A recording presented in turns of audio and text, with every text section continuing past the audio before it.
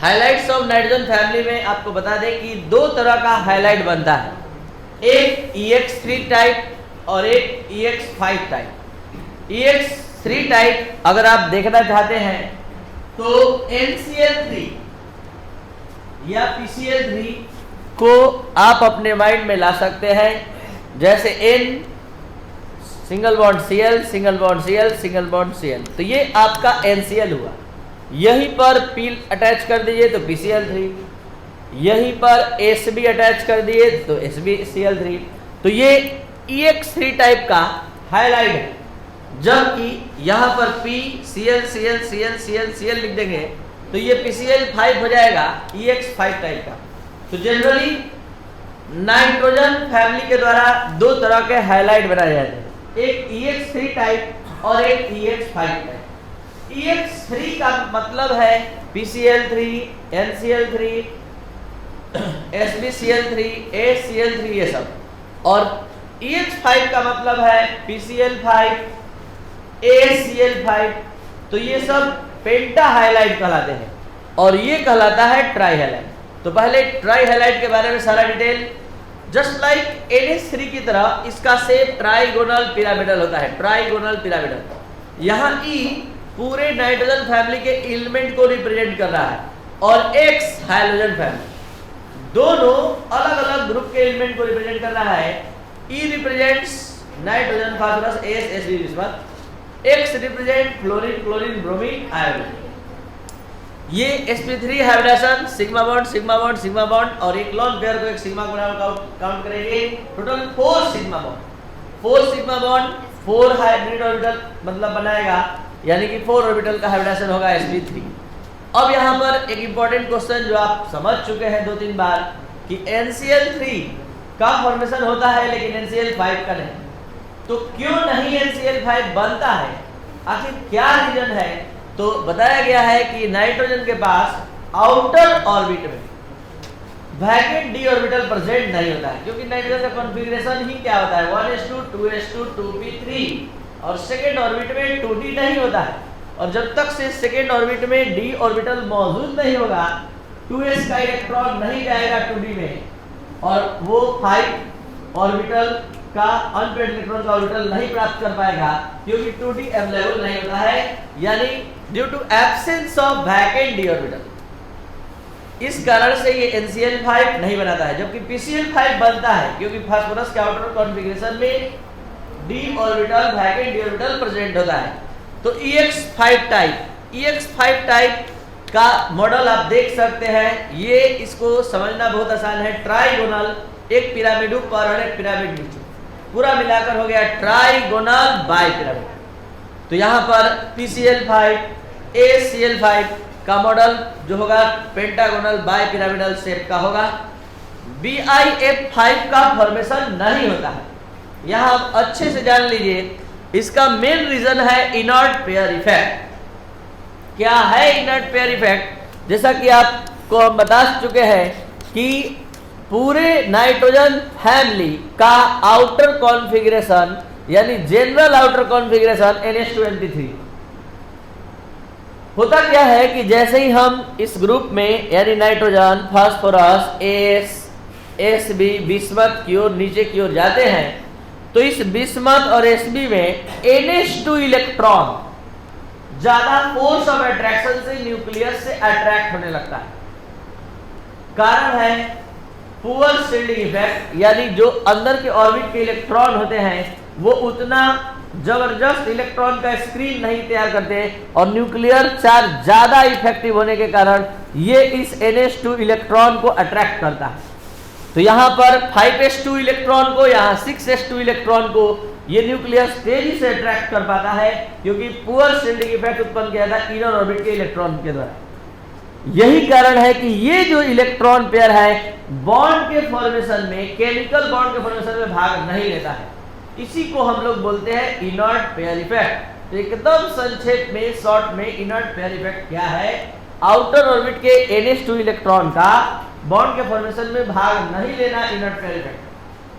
और ऐसा क्यों होता है? तो एटॉमिक नंबर बढ़ने के साथ साथ होता क्या है, Sb और बिस्मथ के केस में किस poor shielding effect inner orbit के इलेक्ट्रॉन के द्वारा उत्पन्न किया जाता है, इसलिए न्यूक्लियस तेजी से इस इलेक्ट्रॉन को अट्रैक्ट करता है, तो आउटर ऑर्बिट में होते हुए भी ये बॉन्ड के फॉर्मेशन में भाग नहीं लेता है।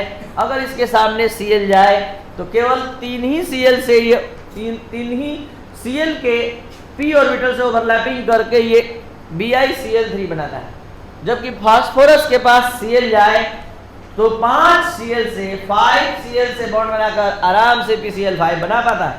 कारण है कि ये 5 इलेक्ट्रॉन्स पूरा बॉन्ड के फॉर्मेशन में भाग ले लेते हैं, वहां पर इनर्ट पेयर इफेक्ट नहीं पाया जाता है, इसलिए फास्फोरस इजी वे में PCl5 का फॉर्मेशन करता है। तो ये था इनर्ट पेयर इफेक्ट, ये था reason of inert pair effect. दोनों चीज यहाँ क्लियर किए और आप समझे हाइलाइट्स ऑफ नाइट्रोजन फैमिली या reactivity of hydrogen with nitrogen family. अब रिएक्टिविटी ऑफ मेटल के साथ नाइट्रोजन फैमिली रिएक्ट करता है तो Me3E टाइप का मॉलिक्यूल बनाता है, यानी कि मेटल का नाइट्राइड बनता है।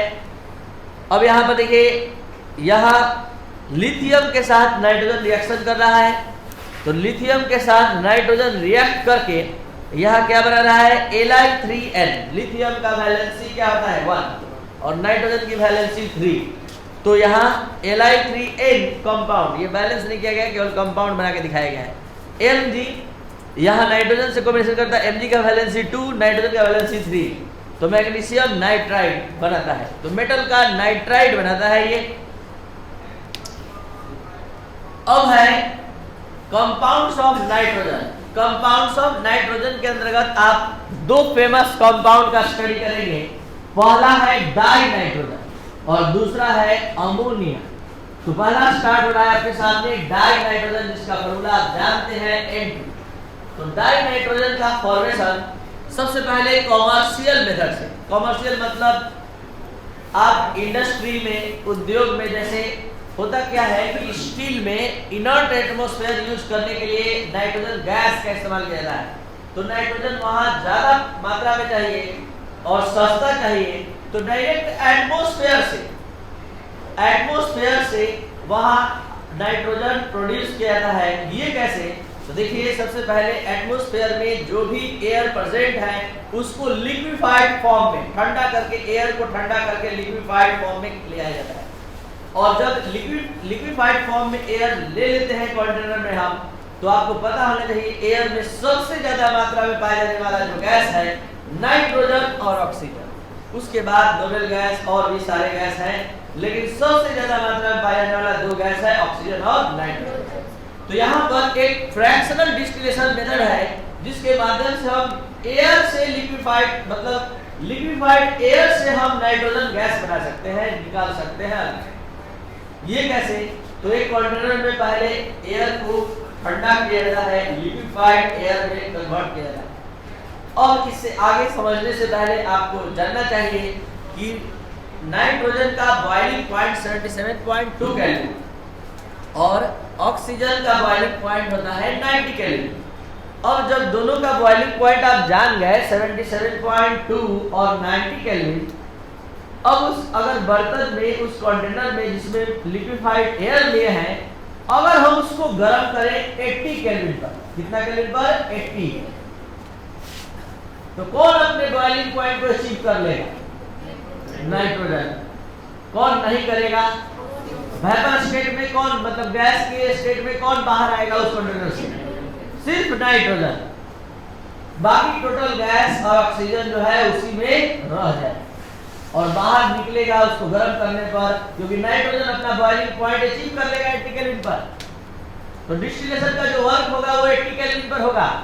क्यों ऐसा कह रहा है, क्योंकि उसमें से कुछ लिक्विफाइड एयर में से सिर्फ एक ही चीज बाहर है बॉयल होकर, और वो कौन, नाइट्रोजन। लेकिन आपको बता दें कि इस प्रोसेस से जो नाइट्रोजन बनता है उसमें बहुत सारे इम्प्योरिटी प्रेजेंट होते हैं। उसमें ऑक्सीजन इम्प्योरिटी के रूप में होता है और बहुत सारे नोबेल गैस इम्प्योरिटी के रूप में होते हैं। 100% प्योर नाइट्रोजन दो चीज से प्राप्त किया जाता है, बेरियम एजाइड और सोडियम एजाइड, यही दो कंपाउंड है जिससे 100% प्योर नाइट्रोजन प्राप्त किया जाता है। और अगर आप लैब में हैं और नाइट्रोजन गैस बनाना चाहते हैं तो ये तो था कमर्शियल मेथड। अब आप लैब में प्राप्त करना चाहते हैं, बनाना चाहते हैं, तो इसके लिए 3 मेथड से आप नाइट्रोजन गैस बना सकते हैं, 3 अलग अलग एक्सपेरिमेंट से। पहला, अमोनियम डाइक्रोमेट को लेकर डायरेक्ट हीट कर दीजिए केवल, तो आपको नाइट्रोजन गैस मिल जाएगा। अमोनियम क्लोराइड को एनएच3 से रिएक्शन करवाइए तो वहां भी आप नाइट्रोजन गैस प्राप्त कर लेंगे। CO को अमोनिया से रिएक्शन करवाइए तो यहां भी आप नाइट्रोजन गैस प्राप्त कर लेंगे। 3 अलग अलग मेथड से, 3 तरह से आप नाइट्रोजन गैस प्राप्त कर सकते। लैब में प्योर 100% इससे BaN3 का होल ट्वाइस, बेरियम एजाइड और सोडियम एजाइड। ये एजाइड आयन है जिसका एजाइड आयन का फॉर्मूला N3- होता है। अब यहाँ पर physical property of nitrogen, nitrogen का फिजिकल प्रॉपर्टी क्या है कि ये कलरलेस होता है, ऑर्डरलेस होता है और टेस्टलेस, मतलब ये रंगहीन, गंधहीन और स्वादहीन। ये नाइट्रोजन गैस होता है, नॉन टॉक्सिक होता है, मतलब विषैला नहीं होता है। ये हवा से भी हल्का होता है, slightly lighter than air. Nitrogen का 2 आइसोटोप्स होता है, N14 और N15। नाइट्रोजन का अपना बॉइलिंग पॉइंट 77.2 केल्विन और जो मेल्टिंग पॉइंट है 66 केल्विन होता है। यूजेज ऑफ नाइट्रोजन, नाइट्रोजन के यूज के बारे में बता दें। नाइट्रोजन का यूज सबसे ज्यादा बड़े पैमाने पर फूड प्रिजर्वेटिव के रूप में होता है। खाद्य सामग्री खराब ना हो तो नाइट्रोजन गैस का इनर्ट एटमॉस्फेयर तैयार करता है, जल्दी खराब नहीं होता है। दूसरा, स्टील इंडस्ट्री में नाइट्रोजन गैस का इस्तेमाल होता है। इस नाइट्रोजन गैस का इस्तेमाल अमोनिया के प्रोडक्शन में, यूरिया के प्रोडक्शन में, अमोनियम फॉस्फेट के प्रोडक्शन में, तो बहुत सारे नाइट्रोजनस कंपाउंड के प्रोडक्शन में नाइट्रोजन गैस का यूज किया जाता है। अब कल के क्लास में आप पढ़ेंगे अमोनिया का हैवल प्रोसेस जो 100% गारंटेड में है इस नाइट्रोजन वैल्यू से देखा जाए। और